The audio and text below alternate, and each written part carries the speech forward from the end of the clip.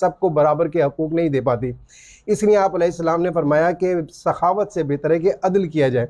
اگر انسان کوئی سخاوت کرتا ہے تو اس سے ہوتا کیا ہے کہ ایک یا کچھ لوگ جو ہوتے ہیں وہ اس سے بالکل فیضیاب ہوتے ہیں، انہیں بہت سے فوائد پہنچتے ہیں، لیکن بہت سارے السلام علیکم۔ مولا متقیان مولا امام علی علیہ السلام نہج البلاغہ کی حکمت 437 میں فرماتے ہیں، مولا علی علیہ السلام سے دریافت کیا گیا کہ عدل بہتر ہے یا سخاوت؟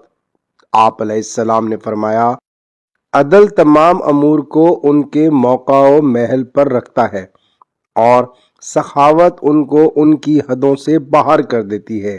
عدل سب کی نگہداشت کرنے والا ہے اور سخاوت اسی سے مخصوص ہوگی جسے دیا جائے گا، لہذا عدل سخاوت سے بہتر و برتر ہے۔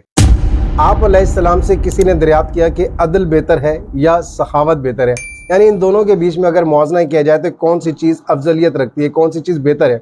تو آپ علیہ السلام نے فرمایا کہ عدل جو ہوتا ہے وہ تمام امور کو ان کے حق پر رکھتا ہے، جو وہ حق رکھتے ہیں وہاں پر ان کو وہ مہیا کیا جاتا ہے، لیکن جو سخاوت ہوتی ہے وہ بالکل مختلف ہوتی ہے، وہ کسی ایک کے لیے یا چند لوگوں کے لیے ہوتی ہے، سب کو برابر کے حقوق نہیں دے پاتی۔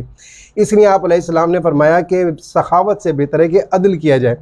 اگر انسان کوئی سخاوت کرتا ہے تو اس سے ہوتا کیا ہے کہ ایک یا کچھ لوگ جو ہوتے ہیں وہ اس سے بالکل فیضیاب ہوتے ہیں، انہیں بہت سے فوائد پہنچتے ہیں، لیکن بہت سارے لوگ ایسے ہیں کہ جو اس سے محروم رہ جاتے ہیں۔ اس لیے ضروری ہے کہ جس کا جو حق ہے وہ اس تک پہنچا دیا جائے، تمام لوگوں کے ساتھ ان کے حقوق کو ان کی جگہ پر رکھتے ہوئے انہیں وہ حقوق ادا کیے جائیں، ان سب کو ایک نظر سے دیکھا جائے۔ پروردگار عالم ہمیں یہ چھوٹی چھوٹی باتوں کو سمجھنے کی توفیق عطا فرمائے اور ان پر عمل کرنے کی توفیق عطا فرمائے، آمین یا رب العالمین۔ شکریہ۔